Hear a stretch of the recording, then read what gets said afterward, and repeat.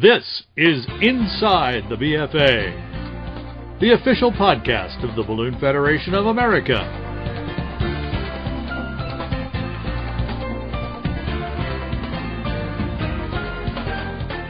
Each episode of Inside the BFA is an open discussion of the many aspects of the sport of ballooning and the BFA's work to represent its members and the ballooning community at large. Now, here's your host, editor of the BFA's Ballooning Journal, Glenn Moyer. Hello, and welcome to another episode of Inside the BFA, the official podcast of the Balloon Federation of America. Nice to have you joining us this evening. And we've got quite an exciting topic tonight. We're going to be talking about the future of ballooning, our BFA Youth Balloon Camps, and how we go about putting those together, what inspired them, and what kind of success have we seen from them. What can we do to help bring on the next generation of balloonists and make the sport sustainable as it goes forward? We've heard a lot about, at least I have in my years in the sport, about the graying, wonder why, of ballooning. And so we'll be kind of addressing that tonight.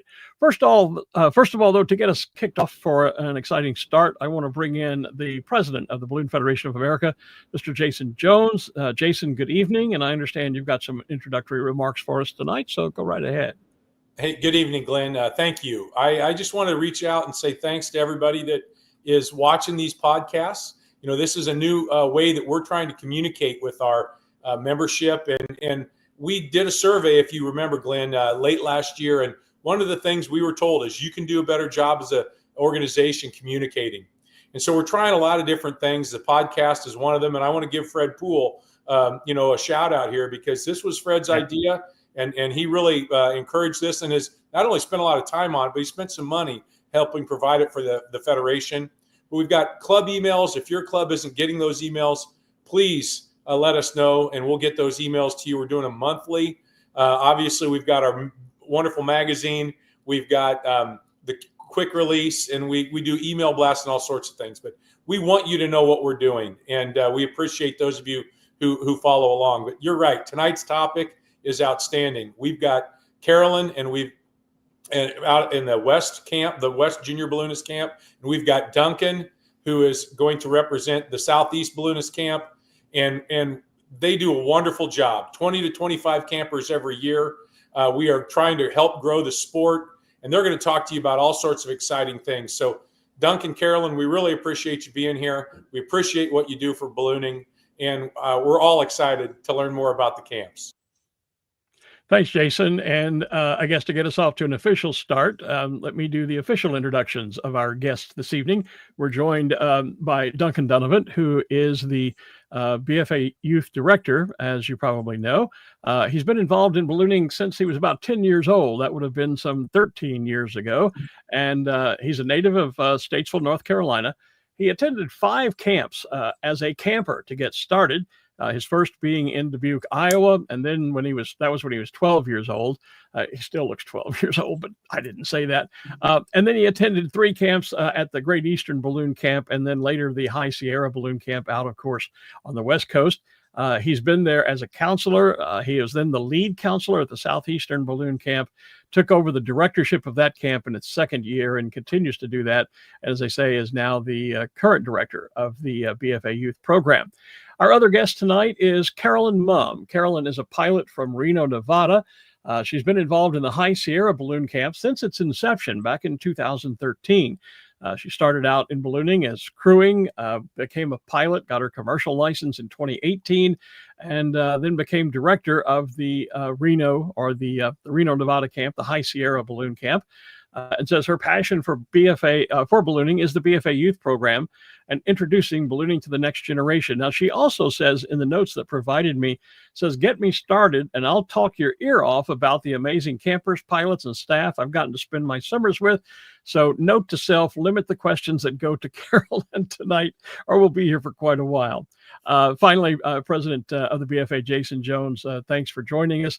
And one final note, Carolyn says that when she's not flying, she is an elementary school librarian with 4 adult children. She's also a home builder, has sewn her own hopper, and has her next balloon already cut and sitting in boxes waiting to be sewn in the off season. So Carolyn, Duncan, good evening, and welcome to you both. thanks for taking time to join us and be here tonight. So thanks for having us. You bet. It's going to be an exciting program. We're going to start off, and I'm going to take a shot at this first question, because the first question is, what inspired the BFA to create the ballooning youth camps in the first place? The second part of that question is, how has that vision changed over the years? Now, I'm going to take a stab at the first part of the question because I have a bit of history with the BFA. I was a director at large on the BFA board of directors back in 1995, mid-90s, 94, 95, 96-ish. And I remember distinctly a young man named Thomas Hora, well-known international balloonist now, but he was a young man in his teens then, a German balloonist at the time. He's since moved to the Czech Republic and 2 or 3 other times. I've lost track of keeping up with him. But he came and spoke to the BFA board about the International Balloon Youth Camp that the Fédération Aéronautique Internationale was sponsoring. And that was the first time that I think we at the BFA had heard about youth camps and started discussing them and thinking of how we could get involved. And Thomas was there to promote the idea to the Balloon Federation and suggesting that we in America, being the world's largest ballooning community, should be doing this type of activity. And that, to my recollection anyway, if memory serves, is how we all got started. There have been a lot of people that have been involved in the program at that point in time. And I'm going to name names, and I'm sure I'm going to forget someone. So my sincere apologies if I leave anybody out. Again, I'm working off memory. But as I recall, Tina Reeves, who was on the board at that time, went on to take on the youth program in the beginning. She later was followed by Shelley Caraway. Mike Schrum then came on board and ran the program for a long time. Katie Griggs, more recently, has been running the program. And of course, now Duncan Donovan is with us. So that's my stab at the history of kind of how it got started. We were actually inspired and encouraged by the Fédération Aéronautique Internationale that to get involved in doing this for the youth and to bring ballooning and bring in and welcome the next generation, to get that next generation started in the sport. So Duncan, Carolyn, what's your take on how and why we got started? And more importantly, you both have gone through the program, as we discussed in the introductions. How have you seen the vision change, and how are you as camp directors changing that vision or amending and improving on that vision as we go forward? So, here in Reno, the camps started in 2013 with High Sierra Balloon Camp. And those first few years were just a building off. Jeff Halixer was the first director of the High Sierra Balloon Camp, and he'd done the camps in Michigan. I think he had connections with the people in Texas. I know he'd, had people from the Dubuque, Iowa camps and talked about it. And he wanted to develop a camp here in Reno. And I was just brand new in ballooning. I'd volunteered for my local event and said, hey, I can help out with this camp. I like kids and this ballooning stuff's sort of cool. I was just crew. And I just came in and came alongside, the committee that was putting it together and helped the way I could. He oftentimes said in those first couple of years that balloon camp's like a safety seminar on steroids. And truly, we do try to take all the parts of a safety seminar, that safety seminar guidelines, and try to touch on all of them at camp. But we also have to recognize that some of our campers have zero experience in ballooning, and some of our campers come in as private pilots because our age group is from 13 to 17. And so over the years, we've developed a little bit more programming that's designed to not only teach the details about camp, but also make sure all the kids sort of become a community, develop those connections that we all have. At this point, I know pilots all over the nation. I have campers that come from all over the nation. So the camp has evolved into a lot of training, but then a lot of connections are made. And I think that's the value of the camp program. Just one quick comment, Carolyn, because it's already popped up in our live comments. You made the comment, you said as you were making your remarks that at the time you were just crew. Please, there is no such thing as just crew. As pilots, we can't fly without our crew. I know it was just one of those offhand things, but let's not diss the crew people out there. They are very, very important. I'm not dissing the crew people, but I do know that I had so little experience. I understand. And moving into the realm of being a pilot really developed through camp. I mean, As an adult, that's what was my springboard to becoming a pilot. I understand. It just red flags and alarm bells went off as soon as I heard you say that, because we never want to say that they're just crew. They're not just crew. They're very important parts of the sport. And as pilots, as a pilot myself, I often couldn't fly because I didn't have enough crew or couldn't get crew. So they're not just crew. Duncan, to follow up on that, since you're now the current director of the BFA Youth program, here's one of those common job interview questions. Where do you see the program in 5 years from now, 10 years from now? What's your vision for where these camps need to go and need to change and improve? Yeah, so absolutely. So, jumping on that just crew comment, a lot of people see the camps as, people who want to go on and get their license. And what we're trying to do is, and even when I was coming up through the camp program, that's what I thought. It was a lot about getting your pilot's certificate and moving forward in ballooning, but there was not a whole lot based on crew. And your classroom portion can really touch a lot on crew and everything like that, and building great crew. And that's what we want to continue building for the future, is not only great pilots, but great crew as well. And just like Carolyn said, getting to all different levels of experience, whether you've never been around a balloon before or you already have your private pilot certificate, which I know at our camp this last year, we had 2 campers that already had their private pilot certificate, and they were doing commercial flight training while at camp. So that's where we're looking at the program evolving. With this year, we implemented something at our camp. We did tiered level classes, and so if you're a lower level, less experienced in ballooning, you attended these sets of classes, and if you were a higher level, you attended these sets of classes. And we only broke up about probably 20 to 30% of our class time, split up. Everything else was together, but that's something we implemented this year, and we really enjoyed it, and are going to continue moving that on. That way the kids don't get bored coming, back to camp each year, or the ones that already have experience. So that's definitely what we're looking at moving forward. Well, I was going to ask then, with the wide range of ages and experiences of the kids that are involved in camp, how do you balance, as camp directors, how do you balance the curriculum of teaching the quote unquote technical sides of ballooning, things like weather and navigation and safety, versus summer camp is supposed to be a place where you go and you have fun and you blow off steam, and the parents ship you away for 2 weeks so that they can have a good time and a date night or whatever. How do you balance those two elements, making it fun and memorable and a great community, as Carolyn talked about, building experience, and teaching the serious part of ballooning for those who are there, who do want to progress to the point of getting their pilot's licenses? So over years and years I'm sorry. I'll go ahead. We'll start with Karen, and then I'll come back to Duncan. So that's a balancing act every year. The flight's exciting for everybody.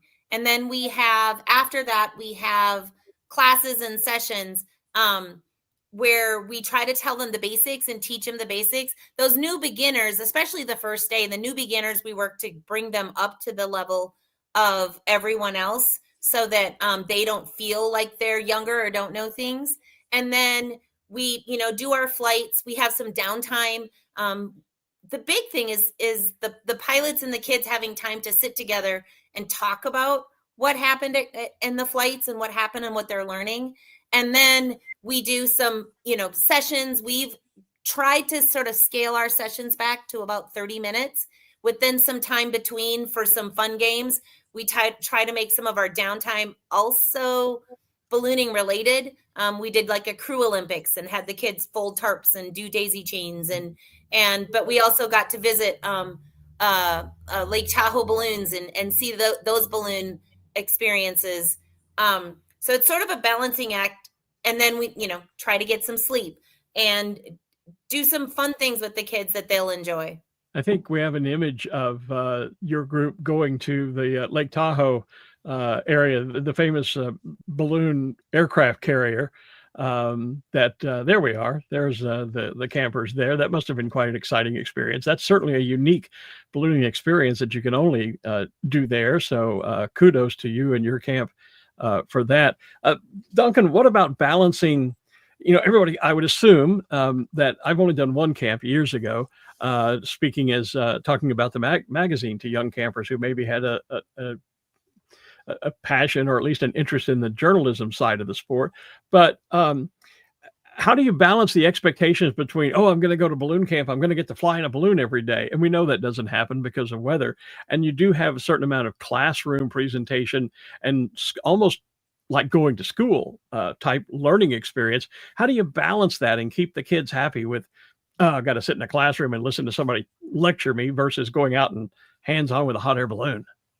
So, of course, our camp is in Georgia. We can really only fly in the summertime in the mornings. So every morning we schedule a flight. And like you said, with weather, we've never had a perfect year. With weather and pilot availability, we try to fly every morning. After that, we come back and we do breakfast. And just like Carolyn said, we make our campers and our pilots sit together in their flight groups. They debrief, and we have a big debrief. And after that, we take a long break. It could be an hour and a half, 2 hours. And that allows them to go shower, get a nap, or something like that. And then we do a class. We actually do 2 classes. And then we have a lunch and a little break after that, and then come back and do another class. And by mid-afternoon, when you're really starting to get tired again, we're done with classes. And what we do is we have another little break. We go to dinner, and then just like Carolyn was talking about, we do some sort of evening activity. And then after that, we have a lot of free time, and the kids look forward to the free time at night. But of course, we try to implement ballooning activities in there. We've done, just like Carolyn said, the Crew Olympics. Our facility that we use, we're fortunate enough to have a swimming pool, outdoor volleyball court, basketball courts. There's a creek. It allows the kids to have fun and enjoy a summer camp experience, and really build those relationships for many years to come. So we really try to balance it is the classroom time, which the kids may see as boring. We try to get that done when they're most alert, after they've had a nap. And by the time they start getting tired, we're going to do something fun again, or they get a little break.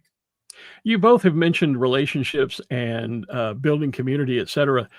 The sport of ballooning, there's a lot of mentorship that goes on. I know I have balloonists that I looked up to as I was coming up, that I still look up to for advice and seek advice and counsel when I need it. How do the camps foster that, especially between when there can be such an age group between the pilots who are coming and bringing their balloons and sharing their ballooning with the kids, and then these kids that are 13 to 18 years old? You may have a pilot that, like me, for goodness sake, is in his 70s, or at least 40s, 50s, whatever. How do you work to bridge that age gap, but also establish positive relationships and mentorship with the kids? Again, Carolyn, I'll come your way first. Well, the camp becomes it. The kids that come, we find out where they're coming from. We try to connect them post camp with mentors that they are, or during camp, the pilots that are there can take the time and connect them with pilots in the area they came from. The other part of it is I know at High Sierra, and I know that Duncan has this at the Southeast camp, that a lot of our counselors, we have our campers that are 13 to 17, but once you're 18, you have to become staff. And our staff becomes those campers that moved up from as campers, and now they're our counselors. They're the ones that help keep the kids on time, make sure they have all their things, help them as their next mentors in ballooning, the next step up. And so that gives them the chance to find someone that they are of that age. But then also the pilots that are there, while they may be older, we're all giant kids in ballooning, right? Like, we're all so excited. And so the campers share that with the pilots. And even though there's a pretty big age gap, it definitely allows them to understand or to connect on their similarities rather than their differences. Duncan? Yeah. So just like Carolyn said, we all try to be a big family at camp, sitting together at meals, during the briefing times, the debrief time. We all try to come together. It's not just the pilots and staff just go away and there's a few counselors out taking care of the campers. The pilots, the staff, they're very involved with all the activities of camp. And during our activities, we try to get all of our all of our staff and pilots involved with the campers to build that relationship with them. I can say from experience, my first camp in Dubuque, Iowa, when I was 12 years old, if I hadn't met people at that camp, I would, not know them today and probably not be where I was today because of a camp 13 years ago. Running a balloon camp is a massive undertaking. I know from my involvement both on the board when this first started and as a close observer as being the editor, I'm always at the board meetings and I hear all the discussions about the ballooning camps. What are some of the biggest challenges that you face? One of the questions that's already in the comment room tonight, what type of help other than donations do you need and do you want? So what are the challenges that you face as camp directors in putting on these youth camps? And as the question says, what do you need? What do you want? Yeah, so we're always weather is the biggest thing. Quite obviously we can't fly balloons in bad weather, so we always have backup plans for that. I know the very first camp that I directed fly at all, and we snuck in a flight on an afternoon at 90 degrees. We made it work, and all the pilots made it work. But we've always got to have backup plans. Not even for that, but staff that have events where they have to call out or something like that. We always have to have backup plans. Recruiting enough staff and pilots is another big one, and especially pilots that we need, commercial trained, not just commercial pilots, but commercial instructors to be able to help these kids continue their education in ballooning, to be flight instructors during camp. And then, of course, managing the budget and making the camp affordable is a pretty big one. There's a picture on there, I believe, of propane. At the High Sierra Balloon Camp, they get all their propane donated, and it helps, without that, there would not be a balanced budget. Now I'm going to let Carolyn talk more on that because that's about her camp. But just stuff like that, getting supplies, getting resources, and everything like that to make the camps affordable. I would think some of the very same things that you have to run a balloon rally. You have to go out and find, like propane, Carolyn. You have to go out and find that as a camp director to have a successful camp. Yes. The thing is the balloon camp is a lot like a balloon rally, right? We have to have pilots. We have to have propane. We have to have a good place to fly. But then there's the next step is we've got between 50 and 75 total members of the camp that we have to house. We have to feed. We have to keep safe. We are a little family all that week, and everyone has a job to do, and that job is 24/7. I tell people all the time as a camp director, if I'm not the one flying, the 3 hours when the kids are in the air is my most relaxing time because someone else has control and is taking care of the little bits and details. The pilots are with the campers. All the bits and pieces come together. We have to have our pilots that, yes, like you said, are not only commercial pilots, but they have to be instructors, and they have to understand instructing teenagers and understand that this is a camp for teens and that they have times when they need to blow off steam, and we have to approach them at their level. We have to have amazing counselors. My counselor staff, I can't talk about them more. They are the energy.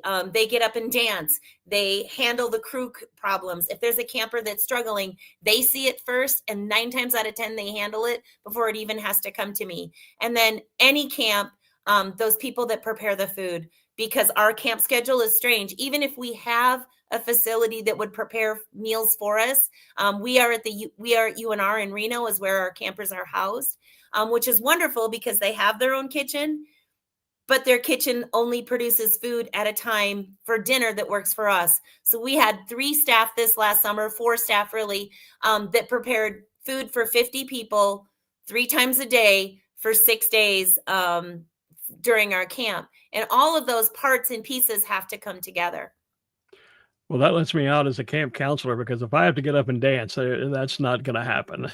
I'm not sure anybody wants to see that. I'm not sure physically I can even do that.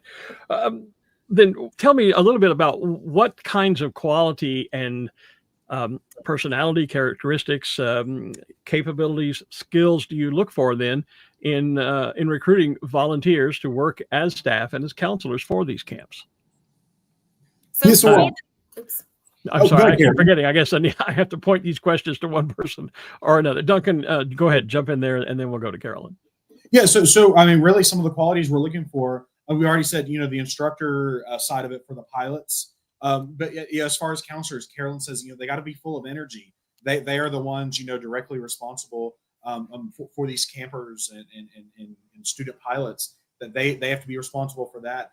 Not only do you have to have that, but you have to have staff that can crew, that sometimes, when we're short on staff, has to drive a chase vehicle by themselves.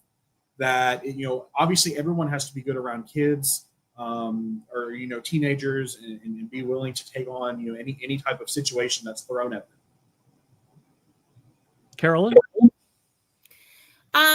All those things that Duncan said, you're looking for someone that's incredibly flexible. I have a schedule every year for camp. It's down to a 15-minute span. This is going to happen, and that is going to happen, and that is going to happen. And I would say about 40% of that happens. We get the classes in, we have to reschedule, but we are changing and adjusting all the time. This year for our camp, we had a wildfire start 2 days before camp. Then we were under a TFR in our main flight area until about 8 hours before camp started. The fire was going the other direction, but the TFR was still in place. And then the TFR went out and we were able to fly. But then the firefighters actually came over concerned because one of the areas they were getting water from was where we were landing, even though it wasn't in the TFR. And then after communicating with him and talking with him, he invited us to bring all the campers over to see the scoopers and the helicopters that were fighting the fire, which was amazing. But it completely changed our schedule starting on the first day, and we had to run with it because what a great experience for our campers to get to see that a different part of aviation and how we all work together. And that's the biggest thing from a camp staff perspective. They have to be flexible. They have to be willing to understand that there's a schedule and we're trying to follow it. There's a lot of policies and rules we now need to handle. We've got kids that are 13 to 17 and they're my babies for the week and for a long time after, honestly.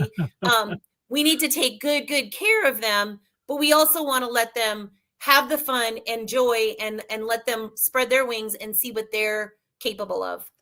So, Duncan, we've talked about, we've mentioned, example, you went to your first camp in Dubuque, Iowa. We have the High Sierra camp out on the West Coast up in Reno.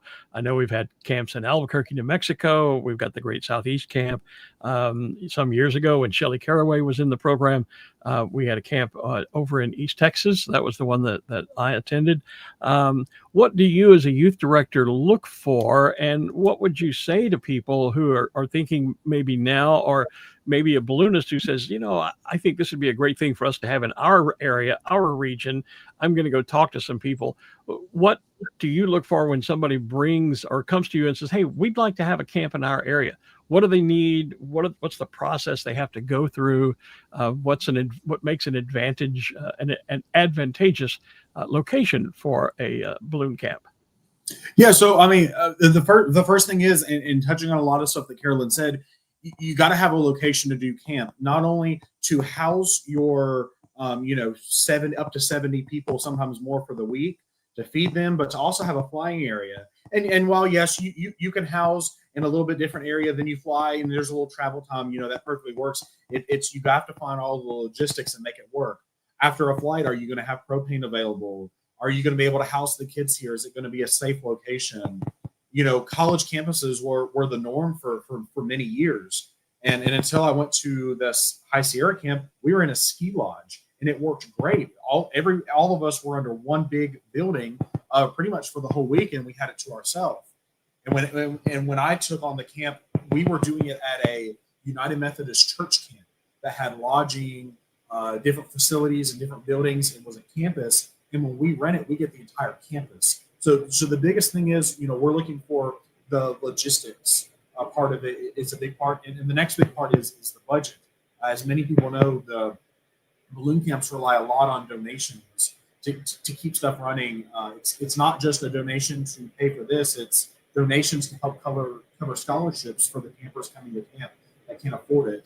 So it's also, and I know Carolyn can agree, we couldn't do this if it wasn't for kind acts of getting your propane donated, having staff donate, even just the small items to come to camp, and having a location that's affordable as well. Housing, food, and stuff like that are big expenses. So the budget to run your camp and everything is what we're looking for. And we're looking for support as well. If you say, I want to run a camp and I'm thinking of X, Y, Z, well, would you have a team of people behind you already that you have a core group of staff with an assistant director, maybe someone to lead your flight instructors, maybe, some counselors and other people that have been willing to come on to staff if you are going to plan on running this campus. All of this is of course discussing overnight camps where the kids come and stay in their house, etc. One of the things that the BFA has started in most recent years are I think the reference to them is day camps or event camps, where the camp sort of takes place at a ballooning event where the kids don't have to stay overnight. It's a much abbreviated program. Can you tell us a little bit about that idea, Duncan? Camps are absolutely is something that we're trying to, and they've been going on, but we're trying to get them ramped back up to help as a feeder for the bigger overnight camps. But absolutely, an event camp is something. Say you have a weekend event on a Saturday and Sunday between your flight, you get a group of kids together that register in advance, maybe pay a small fee to cover a T-shirt, a lunch, or something like that, and are able to come and get some hands-on ballooning, sit through some very abbreviated small classroom stuff. Nothing all day. We don't want to bore the kids at all, but something like that to help get them a little hands-on of ballooning. Obviously not flying necessarily. That they can during the flight windows, but starting getting that little bit of hands-on ballooning, meeting some pilots, meeting other kids ballooning their age, and then from there hoping to move them on to the overnight camps, which is kind of the bread and butter of what we do now. Okay. Carolyn, you mentioned in your notes for your introduction that you could talk our ears off if we got you started about some of the great experiences you've had. So here's your chance. Here's your sign. No, I was going to say, can you share with us, the story of a camper who came to camp and either had done great things already and has now developed a new passion for ballooning, or came to camp, developed that passion for ballooning, and is now trying to go on to do great things? You've got to have some great stories, I'm sure, and memories. For me, often at the end of camp, they ask us to sign our banners or sign things for the kids. And I always say, see you on the launch field, because one of the most special things that I get to do as I go and fly at summer events or Fiesta or my local event is I see these kids that were a part of camp. I've been doing this now for 12 years, and getting to see some of those kids that were campers at the first camp that are now flying in Africa or doing the graphics for Cameron, or, making balloon cards for so many of our balloonists. It is so exciting to see that. And there's all kinds of stories like that. For me, some of the most special stories, though, are the kids that came in that were just sent to camp. I had one camper one year. I got an email. He said, hi, I'm sending my granddaughter to camp. Her family's not in ballooning. She's never been around balloons, and I'm sending her to your camp. And she came in the first day of camp. She knew nobody. She'd never been around balloons. Her hair was all covering her face. She was very, very quiet. And we went out and flew and put her in the basket. The pilot let her inflate the balloon for the first time on the very first day of camp, had her stand the balloon up. She came back to that first session ready to go, hair pulled back, ready to participate. She came back to camp last year. She's working on getting her student certificate. So that's taking somebody who had no experience with balloons, getting her to connect with a bunch of kids her age, see that it's possible, and now she's moving on. And those are the moments that mean the most to me. I have another camper who came to camp because his mom saw a flyer in the local gym. He came to the first camp I directed in 2019. He's now one of my counselors, has a balloon. He finished his written last year, graduated from high school. He's going to go on to do great things. And that's the exciting part about camp, is seeing these kids that are coming in and extending and moving on. We've got just a few minutes left. I'm just looking through the comments that we've had tonight from the viewers. So we'll do a little bit of question and answer here. One of the key questions, Jim Cusick is asking, have the 2026 camp dates and locations been announced? Duncan, I guess that goes to you. Yeah, they have not yet.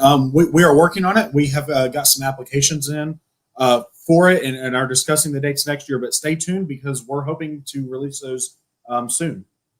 And Larry Simberger was asking, do we have any idea how many campers have gone through the program since the very beginning? Anybody keeping track of those numbers? I know at Reno we've had 8 camps, and I would say, so that's 8 camps at about 20 per camp, so 160 different campers. We have repeat campers. I'd probably say we're around 150 in Reno. Overall, Duncan, any idea? And at the Southeast camp, we've averaged about 20 a year, a little bit more over the last 5 years. We've had some campers that have come to camp all 5 years. So I'd say our numbers are a little bit lower just because we've done it every year. But definitely, I'd say, on average about 100 campers over the last 5 years that we've done the Southeastern camp, but about half of those being a repeat every year. So definitely down probably in that 70 number just in the last 5 years or so. Okay.